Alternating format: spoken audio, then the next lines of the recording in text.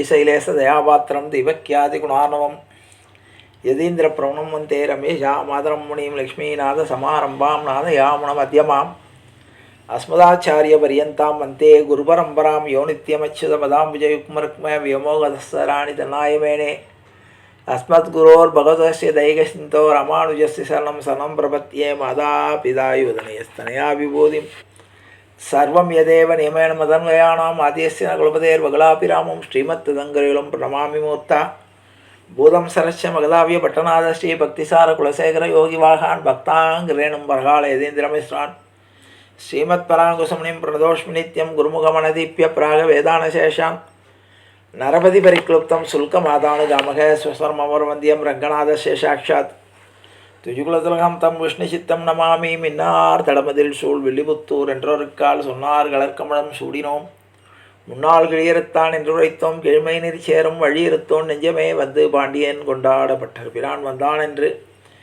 ஈண்டிய சங்கம் எடுத்தூத வேண்டிய வேதங்களோது விரைந்து கிழியறுத்தான் பாதங்கள் யாமுடைய 10 பல்லாண்டு பல்லாண்டு பல்லாயிரத்தாண்டு பலகோடி 100,000 மல்லாண்ட திந்தோள் மணிவண்ணா உன் செவடி செவ்விதிருக்காப்பு அடியோம் ஓடும் நின்னோடும் பிரிவின்றி 1000 பல்லாண்டு வடிவாய் நீன்வள மார்பினில் வாழ்கின்ற மங்கையும் பல்லாண்டு வடிவார் சோதி வளத்துறையும் சுடராழியும் பல்லாண்டு வடிபோல் புக்கு முழங்கும் அப்பாஞ்ச சந்தியம் பல்லாண்டே பல்லாண்டென்று பவித்திரனை பரமேட்டியை சாரங்கமென்னும் வில்லாண்டான் தன்னை வில்லிபுத்தூர் விட்டு சித்தன் விரும்பிய சொல் நல்லாண்டென்ற மென்னுரைப்பனமோன்னு ஆராயனாயவென்று பல்லாண்டும் பரமாத்மனை சூழ்ந்திருந்த எத்துவர் பல்லாண்டே ஆண்டாள் திருவடிகளே சரணம் ஆழ்வார் திருவடிகளே சரணம் ஆச்சாரியன் திருவடிகளே சரணம் ஜீயர் திருவடிகளே சரணம் அப்பர் சுவாமிகள் திருவடிகளே சரணம்.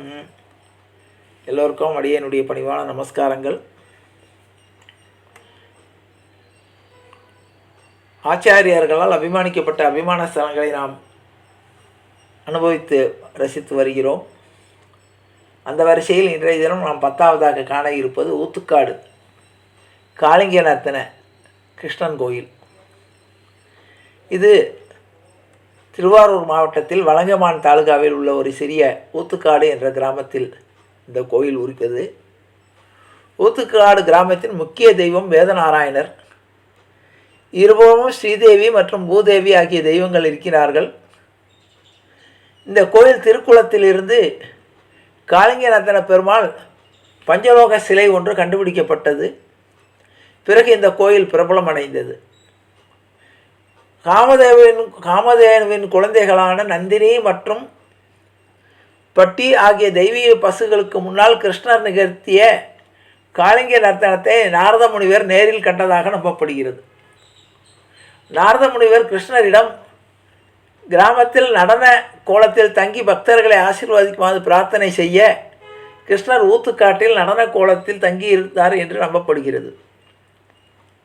அதாவது கோகுலத்தில் பசுக்களை எல்லாம் இந்த காளிங்கன் என்ற ஒரு பாம்பு விழுங்கி விடுகிறது. ஆகவே அங்கு நச்சுத்தன்மையாக இருக்கிறது அந்த குளம். ஆகவே அதில் பசுக்களை எடுத்து செல்ல வேண்டாம் என்று ஆயர்பாடி சிறுவர்கள் கிருஷ்ணனை எச்சரிக்கிறார்கள். அப்படியே அந்த பாம்பை ஒரு கை பார்ப்போம் வாங்க என்று அழைத்து கொண்டு கிருஷ்ணன் அங்கே போயிடுறான். இந்த செய்தி சில யாதவ சிறுவர்கள் நந்தகோபாலனுக்கு சொல்லுகிறார்கள். ஆகா, நம்ம குழந்தை ஆபத்தில் மாட்டிக்கொண்டு விட்டதே என்று எல்லோரும் ஆயர்பாடிகள் எல்லாம் அங்கு அந்த காளிங்கர் மடு என்று பெயர் அந்த பாம்பு இருக்கக்கூடிய இடத்துல அந்த யமுனை நதியில் அந்த இடத்துல போய் பார்க்கிறார்கள். அந்த காளிங்கர் மடுவுக்குள்ளே இவன் கிருஷ்ணன் தண்ணீருக்குள்ளே இறங்கி அந்த காளிங்கனுடைய மேலே ஏறி அதனுடைய தலையை பிடித்து அதனுடைய வாளை ஒரு கையினால் பிடித்து கொண்டு அது வாளினால் தாக்குகிறது. அந்த வாளை தன்னுடைய ஒரு கையினால் பிடித்து கொண்டு அது மேலே நர்த்தனம் ஆடினான். அது காளிங்க நர்த்தனம்னு என்று பெயர். இந்த காட்சியை நாரதர் கண்டு அனுபவித்தார். இந்த காட்சி நம்முடைய பக்தோடிகள் அனுபவிக்க வேண்டும் என்று சொல்லி நீங்கள் இந்த உருவத்திலேயே வந்து காட்சி தரணும் என்று சொன்ன உடனே இந்த குளத்திலே பெருமாள் காட்சி தருகிறார். கோயிலின் உள்ளே உள்ள கருவறைக்குள் ஸ்ரீ காளிங்க நர்த்தன பெருமாள் சிலை சுமார் 2.5 அடி உயரத்தில் இருக்கிறது. 5 வயது சிறுவனாக சித்தரிக்கப்பட்டுள்ள கிருஷ்ணர் பாம்பின் தலையில் இடது காலை வைத்தும் வலது காலை காற்றில் நீட்டிய வலது கால உயரக்க தூக்கி நடனமாடுவதை காணலாம். கிருஷ்ணர் தனது இடது கையால் பாம்பின் வாலை பிடித்து கொண்டு வலது கையால் அபய முத்திரையை காட்டுகிறார். இது மிகவும் சிக்கலான முறையில் செதுக்கப்பட்டுள்ளது. இந்த இறைவனின் இடது காலுக்கு பாம்பின் தலைக்கும் இடையே ஒரு மெல்லிய காகித துண்டை சொருகக்கூடிய அளவு தான் இடம் இருக்குது. பட்டர்கள் சொல்லக்கூடிய அந்த கோயிலுடைய கூற்றுப்படி இறைவனின் உடையின் எடை பாம்பின் வாழை பிடித்திருக்கும் இடது கையில் உள்ளது என்பதே அழகு. பாம்பனுடைய இடது கையில் பிடிச்சிட்டு இருக்கக்கூடிய அந்த இதில் தான் அவருடைய எடையை தாங்கிட்டு இருக்காராம். காளிங்கனின் வாளில் இருந்து அந்த வாளில் கடுமையான தாக்கியதனால் கிருஷ்ணரின் வலது காலில் ஏற்பட்ட வடுக்களையும் அங்கே பார்க்கலாம். அந்த காளிங்கன் என்பவன் தன்னுடைய வாளினால் கிருஷ்ணனை தாக்கினதுனால கிருஷ்ணனுடைய காலில் அது காயம் ஏற்படுகிறது. அந்த காயத்தினுடைய வடுக்களை இந்த இதில் பார்க்கலாம். ராகுதோஷம் மற்றும் சர்ப்பதோஷம் ஆகியவற்றுக்கு இந்த தலம் பரிகார ஸ்தலமாக விளங்குகிறது. திருமண உறவுகள் விரைவில் சரி செய்யப்பட்டு ஏதாவது ஒரு கணவன் மனைவிக்குள்ள மனபேதங்கள் இருந்தாலும் அதுவும் குழந்தை பேறு கிடைப்பதற்கு இந்த கோயிலுக்கு பல பேர் வருகிறார்கள். 17ஆம் நூற்றாண்டில் வாழ்ந்த மகான் வெங்கடசுப்பையர், ஊத்துக்காடு வெங்கடசுப்பையர் என்று அவர்களை அழைப்பார்கள். ஊத்துக்காடு வெங்கடசுப்பிரமணியர் என்பவர் கவிதை புனைவதிலே மிக பிரபலமாக அறியப்பட்டவர். தனது வாழ்நாள் முழுவதையும் துளசி மாடத்தின் முன் கழித்தவர். இந்த தெய்வத்தை புகழ்ந்து பல மெல்லிசை பாடல்களை இயற்றியவர். திரு வெங்கடகவியின் இறைவனின் மீதான அதீத பக்தி காரணமாக அவர் கிராமத்தில் இறைவனின் நடனத்தை கண்ட நாரத முனிவரின் மறுபிறவி என்று கூட அவரை நம்புகிறார்கள். வெங்கடகவியின் பிரபலமான பாடல்கள் நமக்கு நல்லா தெரியும். சுவாதகம் கிருஷ்ணா என்று. அடுத்த பாடல் எல்லாருக்கும் தெரிஞ்ச பாடல், அலைப்பாயுதே கண்ணா என் மனம் மிக அலைப்பாயுதே உந்தன் ஆனந்த மோகன வேணுகான மதில் அலைப்பாயுதே கண்ணா என் மனம் மிக அலைப்பாயுதே நிலை பெயராது சிலை போலவே நின்று நிலை பெயராது சிலை போலவே நின்று நேரமாவதறியாமலே மிக வினோதமான முரளிதர என் மனம் அலைபாயுதே தெளிந்த நிலவு பட்ட பகல் போல் எரியுதே தெளிந்த நிலவு பட்ட பகல் போல் எரியுதே உந்திக்கை நோக்கி என் இருபுருவம் நெறியுதே கனிந்த உன்வேணு கானம் காற்றில் வருகுதே கனிந்த உன்வேணு கானம் காற்றில் வருகுதே கண்கள் சொருகி ஒரு விதமாய் வருகுதே கனித்த வனத்தில் ஒருத்தி பதத்தை எனக்கு அளித்து மகிழ்த்தவா அலைகடல் அலையென அலைகடல் அலையென கதிரென கலையென தொழிக்கவா கதறி மனம் முருகினான் அழைக்கவா நீ தரமாதருடன் நீ கழிக்கவா இது தகுமோ இது முறையோ இது தர்மந்தானோ குழலூதிடும் பொழுது ஆடிடும் தலைகள் போலவே வேதனை மிக மிக அலைபாயுதே. இது ஒரு பாட்டு. அடுத்தது, ஆடாது அசங்காது வா உன் ஆனந்த மோகன வேணுக்கு ஆனமதில் ஆடாது அசங்காது வா உன் ஆடலை காண அந்த அம்பலத்தரசனும் உன் ஆடலை காண இங்கு கோகுலம் வந்தான் அப்படி. அது ஒரு பாட்டு. அடுத்த பாட்டு ரொம்ப அருமையான பாட்டு.